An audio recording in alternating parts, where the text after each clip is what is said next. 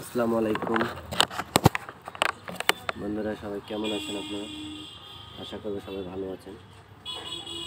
প্রথমত, আপনি কাউকে পাহাড় সমান দুঃখ দিয়ে ভাবছেন জীবনটা সুখে কাটাবেন, তাহলে ভিডিওটা আপনার জন্য। শুনুন, আমার জীবনে দেখা বাস্তব একটা ঘটনা। একজন মেয়ে ছিল, খুব সুন্দর ছিল। সে একটা ছেলেকে প্রচণ্ড ভালোবাসত। হঠাৎ একদিন ছেলেটাও তাকে ভালোবাসত।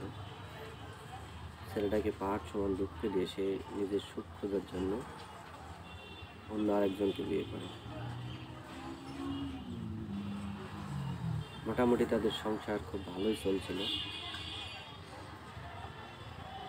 বছর 3 পরে তাদের ঘরে ছোট একটা সন্তান আসে, ছেলে সন্তান। এভাবে দিন যেতে যেতে মোটামুটি 7 বছর পর মেয়েটার ডিভোর্স হয়ে যায়। ছেলেটা আরেকটা বিয়ে করে, মানে মেয়ের স্বামী। কিছুদিন পর মেয়েটা আরেকটা বিয়ে করে।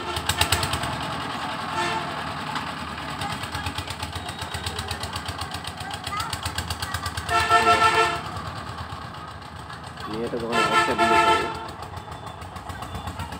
তার ওই স্বামীর সঙ্গে ডিভোর্স হয়ে যায় 1 বছর পরে। মাস 3 পরে মেয়েটার আবার একটা বিয়ে হয়। সেই ঘরেও সুন্দর ফুটফুট একটা ছেলে সন্তান হয়। ভালোই চলছে সংসার। কিন্তু আমার কথা হলো, ভাই দেখেন, সেই সুখের আশায় একজনকে কষ্ট দিয়া যেতে চেয়েছিল। মাঝখানে কি হলো? তার 3 জায়গায় বিচ্ছিন্ন হলো। তবে 3 জায়গা বিচ্ছিন্ন হওয়ার পরে সে কি সুখী হয়েছে? প্রশ্ন আপনাদের কাছে। কিন্তু আমি দেখেছি তারপরে সে সুখী হয়নি।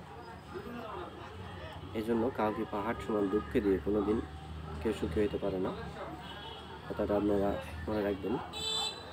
যে হোক না কেন, আমি হই না কেন। তাই বন্ধুরা, সবসময় চিন্তা করবেন, কাউকে দুঃখ কষ্ট না দিয়া যদি চলা যায়, চলবেন ইনশাল্লাহ।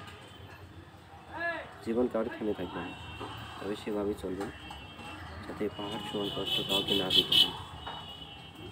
আর আপনি যদি কাউকে পাহাড় সমান কষ্ট না দেন, তো ওরকম কষ্টে আল্লাহ আপনাকে ফেলবে না। কিছু সমস্যা আসতে পারে, তাহলে সাময়িক, ওরকম কষ্ট পড়ে যাবেন না। তাই বন্ধুরা, ধন্যবাদ।